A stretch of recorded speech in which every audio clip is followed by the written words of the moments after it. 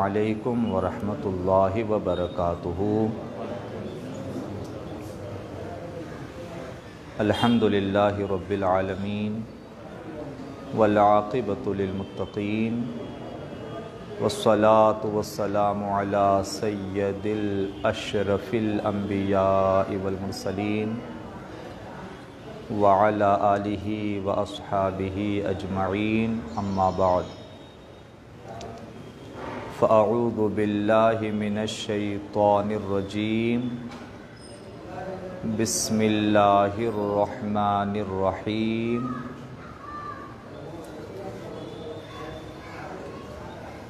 لسعیہا راضیہ فی جنت عالیہ، آمنت باللہ صدق اللہ العظیم۔ کچھ کہنے اور سننے سے پہلے حصول برکت کے لیے اور حصول اخلاص و محبت کے لیے آئیے ہم اور آپ سب مل کر عقیدت و محبت کے ساتھ ہمارے اور آپ کے آقا و مولا حضور تاجدار مدینہ صلی اللہ تعالی علیہ وآلہ وسلم کی بارگاہ بے کس پناہ میں جھوم جھوم کر محبت کے ساتھ اور ادب و احترام کے ساتھ درود شریف کا ہدیہ پیش فرمائیں۔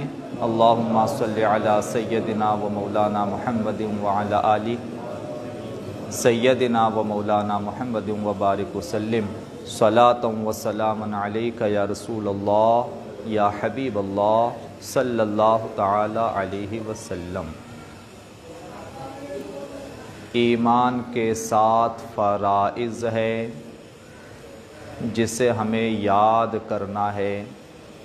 پہلا ہے اللہ پر ایمان لانا، دوسرا اللہ کے فرشتوں پر ایمان لانا، تیسرا اللہ کی کتابوں پر ایمان لانا، چوتھا اللہ کے رسولوں پر ایمان لانا،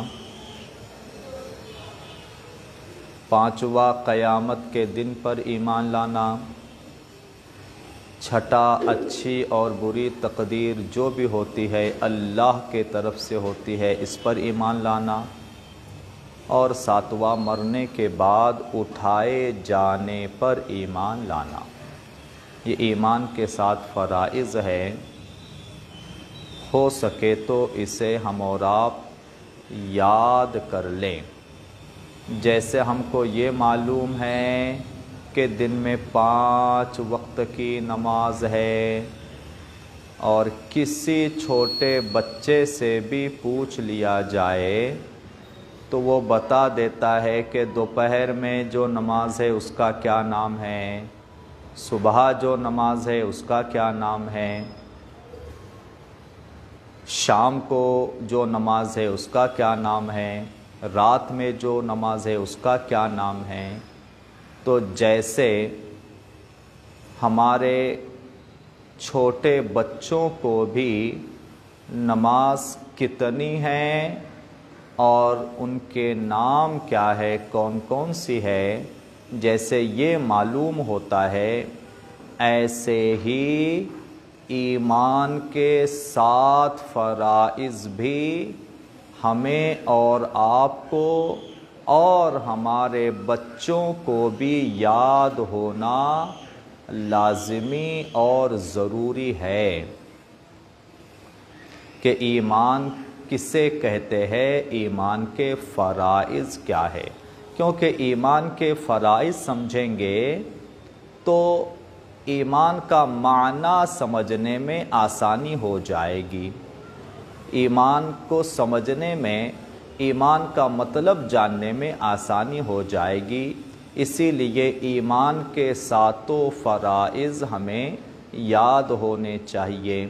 اور اللہ کا شکر ہے کہ گزشتہ کئی مہینوں سے جب اسی موضوع اور اسی عنوان پہ ہم اور آپ کچھ کہنے اور سننے کی کوشش کر رہے ہیں تو الحمدللہ ہم سمجھتے ہیں کہ بہت سارے آپ حضرات کو ایمان کے 7 فرائض یاد بھی ہو گئے ہوں گے، ایسا ہمارا ایک حسن ظن ہے یا ہمارا ایک ایسا یقین ہے انشاءاللہ۔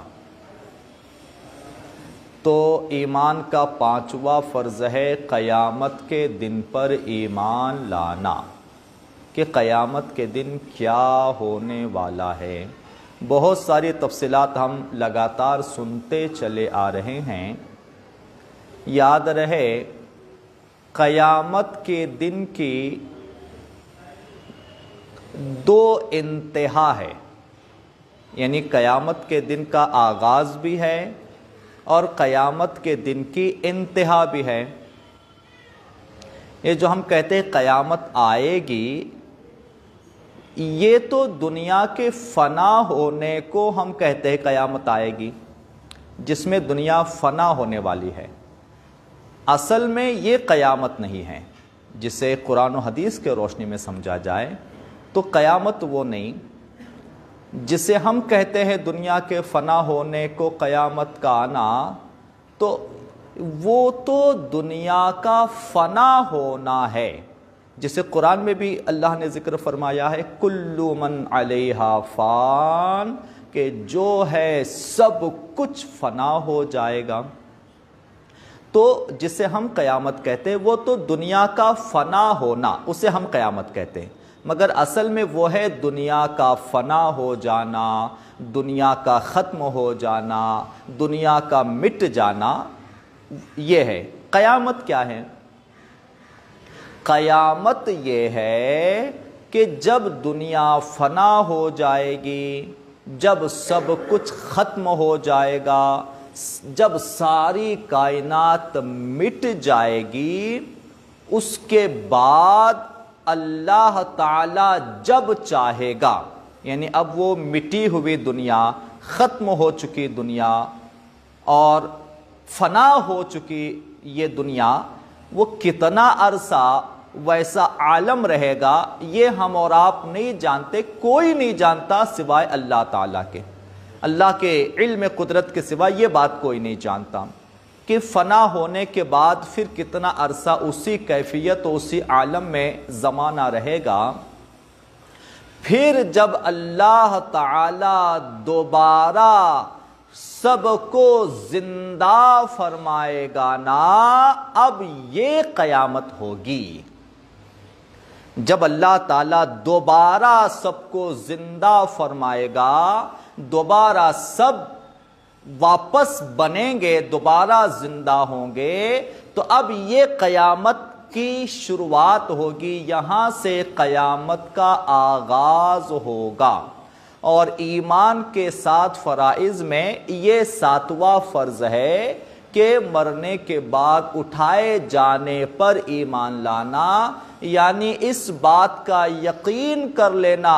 مٹنا تو ہم دیکھتے ہیں، مٹنا، ختم ہونا، موت آنا ہمارے سامنے ایک نہیں 1000 لوگوں کو ہم نے مرتے اور مٹتے دیکھا ہے۔ تو یہ تو مشاہدہ کی ہوئی بات ہے۔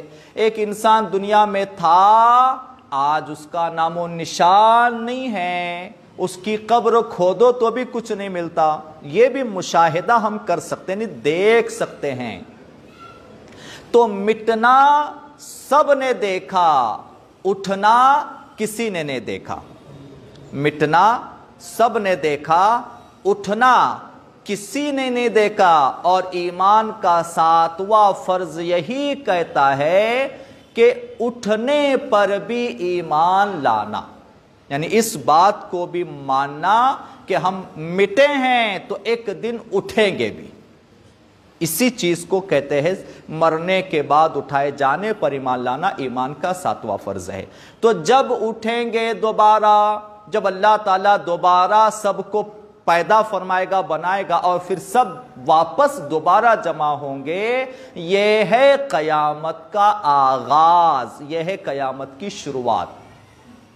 اور قیامت کا آغاز یہ کہ سب اٹھیں گے، اور قیامت کی انتہا دو طرح سے ہے، دو سے مراد دو طرح سے ہے، قیامت کی انتہا دو طرح سے ہوگی، پھر اس کے درمیان یہ آغاز اور انتہا، شروعات اور آخر، یہ دونوں کے درمیان کا فاصلہ 50,000 سال کے برابر ہے، دونوں کے درمیان کا فاصلہ 50,000 سال کے برابر ہے۔ آپ تعجب کریں گے جناب، حضرت آدم علیہ السلام سے جب بھی قیامت آنے والی ہے، اگر تاریخ کے حساب سے، اتہاس اور ہسٹری کے حساب سے اگر دیکھیں تو یہ بھی 50,000 سال کل نہیں ہوتے ہیں، 50,000 سال نہیں ہوتے ہیں، تو اس سے بھی بڑا عرصہ، اس سے بھی لمبا طویل عرصہ قیامت کا، وہ 50,000 سال۔ تو یہ ہے ابتدا اور انتہا دو طرح کی ہوگی، یعنی درمیان میں 50,000 سالوں میں جو ہونا ہے ہوگا بہرحال، اور اس کا آخر دو طرح سے ہوگا۔ ایک آخر ہوگا کہ سب نیکوکار جنت میں جائیں گے، مومنین یعنی ایمان والے نیکوکار سب جنت میں جائیں گے، اور دوسرا آخر بدکار و منکر و مشرکین و کافرین سب جہنم میں ڈال دیے جائیں گے۔ تو یہ اس کا آخر ہوگا۔ حالانکہ حدیث میں ایک آخر اور بتایا ہے، جیسے جیسے گفتگو آگے چلے گی، جب بھی موقع آئے گا تو آپ کے سامنے اس کو بھی عرض کیا جائے گا، بیان کیا جائے گا کہ ایک آخر جسے آخر کہا گیا ہے قیامت کا، وہ بڑا عجیب اور بڑا دلچسپ ہے جناب، جو قیامت کا آخر حدیث میں ہمارے آقا نے بیان فرمایا ہے۔ تو قیامت میں دو آخر ہے، دو طرح کے، ایک تو یا تو جنت ہے یا تو جہنم ہے، اور اس کے درمیان ایک اور چیز ہے جسے چونکہ میزان اور حساب و کتاب، مقام محمود اور کچھ باتیں ہم نے سیکھی سمجھی ہے، ایک چیز ہے اور جو سے عرض کرنا ہے وہ یہ کہ میدان قیامت میں، قیامت کے ماحول میں ایک چیز یہ بھی ہے جس کا قرآن و حدیث میں ذکر ہے، اور وہ یہ جسے پل صراط کہا جاتا ہے، جسے کیا کہا جاتا ہے؟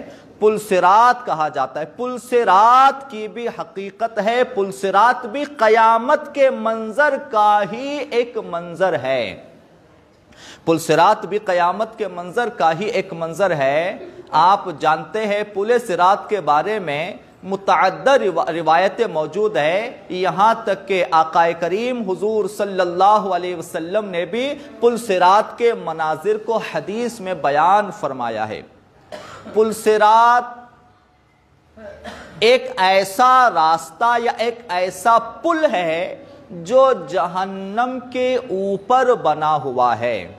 پل صراط ایک ایسا پل ہے جو جہنم کے اوپر، جیسے دنیا میں کسی ندی، کسی نالے، کسی کھائی کے اوپر پل بنتا ہے، ویسی ہی مثال پل صراط کی دی گئی ہے۔ پل صراط جہنم کے اوپر بنا ہوا ایک پل ہے، اور اس کا ذکر قرآن میں بھی ہے۔ آپ جانتے ہیں، ذرا